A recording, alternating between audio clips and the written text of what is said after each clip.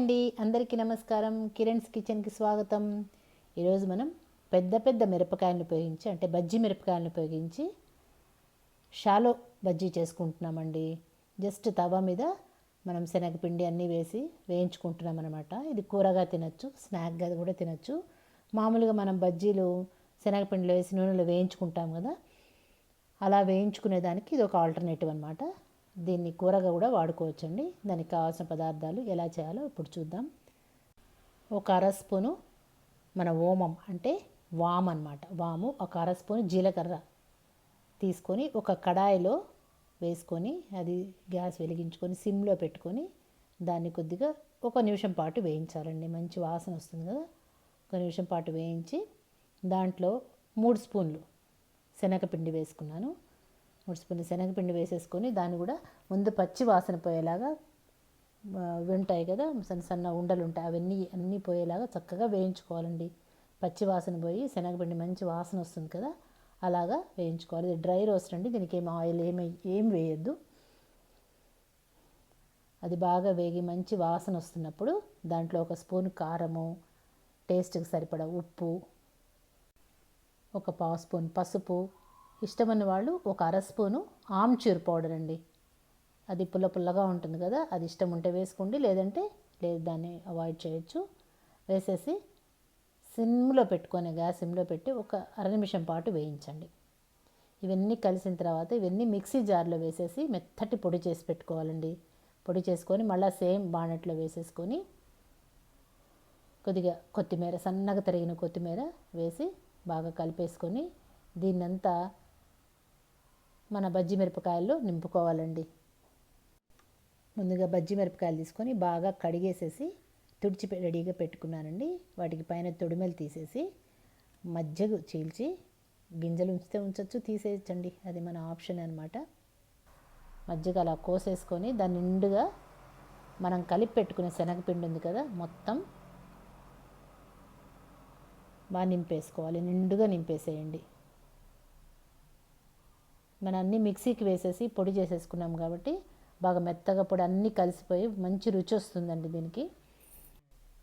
మిక్సీకి వేయకుండా వేసుకోవచ్చు, కానీ మధ్య మధ్యలో వాము అవి తగులుతూ ఉంటాయి, పిల్లలు పెద్ద ఇష్టపడరు కదండి. అందుకని మొత్తం అన్నీ మిక్సీకి వేసేస్తే చక్కటి పొడి తయారైపోతుంది. దాంట్లో ఏమేమి వేసారో తెలియదు వాళ్ళకి, పిల్లలకి ఇష్టంగా కూడా తింటారు. ఇలా అన్నమాట. మధ్య కోసేసుకొని గింజలు ఇష్టం ఉంటే ఉంచుకోండి, లేదంటే తీసేసేయచ్చండి, ఎలా అయినా మన ఇష్టమే. తీసేసి దాన్ని నిండుగా నింపుకొని అన్నీ అలా చక్కగా రెడీ చేసి పెట్టుకోండి. మీకు ఎన్ని కావాలంటే అన్నీ. నేను ఇక్కడ ఒక 5 తీసుకున్నానండి, అంతే. అలా గింజలు తీసేసుకొనైనా దాని నిండా పిండి నింపి పెట్టుకోవచ్చండి. కొత్తగా మన ఛానల్ ఏమైనా చూస్తుంటే సబ్స్క్రైబ్ చేసుకోండి, లైక్ చేయండి, షేర్ చేయండి. పక్కనే ఉన్న బెల్ ఐకాన్ క్లిక్ చేస్తే నేను కొత్త వీడియో పెట్టగానే మీకు నోటిఫికేషన్స్ వస్తాయండి. అందుకని సబ్స్క్రైబ్ చేసుకోమంటున్నాము. అలా అన్నీ నింపేసుకున్న తర్వాత పెనం కానీ చిన్న గుంట బాణలు కానీ గ్యాస్ వెలిగించి పెట్టుకొని ఒక 3 స్పూన్ల నూనె వేసానండి. దాంట్లో వేసి దాంట్లో చక్కగా అలా పేర్చుకోనివ్వండి. ముందుగా మనం పిండి నింపిన వైపు పెట్టుకుందాం, సో దట్ అటుపాకు బాగా మగ్గిపోయేసి పిండి బయటికి రాకుండా ఉంటుందన్నమాట. అలా అన్నీ నింపేసుకొని నిమిషానికి చూసుకుంటూ తిప్పుకుంటూ ఉండాలండి, చుట్టూతో తిప్పుకుంటూ ఉండాలి, అంతేను. చూసారా, ఆ వైపుకి బాగా మగ్గిపోయింది. సో పిండి లోపల ఉడికిపోయి ఉంటుంది కాబట్టి ఇంకా బయటికి రాదనమాట. అలా మనం టైట్గా పెట్టేసాం కదా, పిండి బయటికి రాదు. అలా అన్నీ చుట్టూ తిప్పుకుంటూ ఉండాలండి, నిమిషానికి చూసుకుంటూ మూత పెట్టి ఉడికించుకోవాలన్నమాట. ఎందుకంటే ఇది కొద్దిగా స్కిన్ థిక్గా ఉంటుందండి, మిరపకాయలకి బాగా తొక్క కొద్దిగా మందంగా ఉంటుందన్నమాట. అందుకని మూత పెట్టి సిమ్లో పెట్టి ఉడికించుకోవాలండి.